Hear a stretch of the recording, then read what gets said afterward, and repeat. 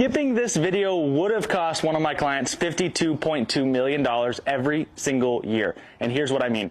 Now, what his CPA told him to do was convert to an S Corp. By converting to an S Corp, he could take a reasonable salary and then a distribution for the remainder. His CPA recommended a 40-60 split. And at the end of the day, after all of their expenses and after all of their attempted tax strategy, they were paying $52.2 million to the IRS every single year.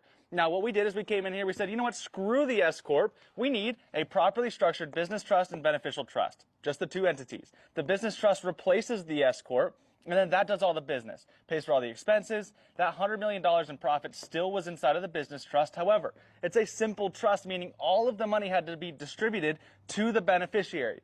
Well, in this case, he's the sole owner, and there's one beneficial trust as the beneficiary. This was an irrevocable, non-grantor, discretionary complex, and spendthrift trust.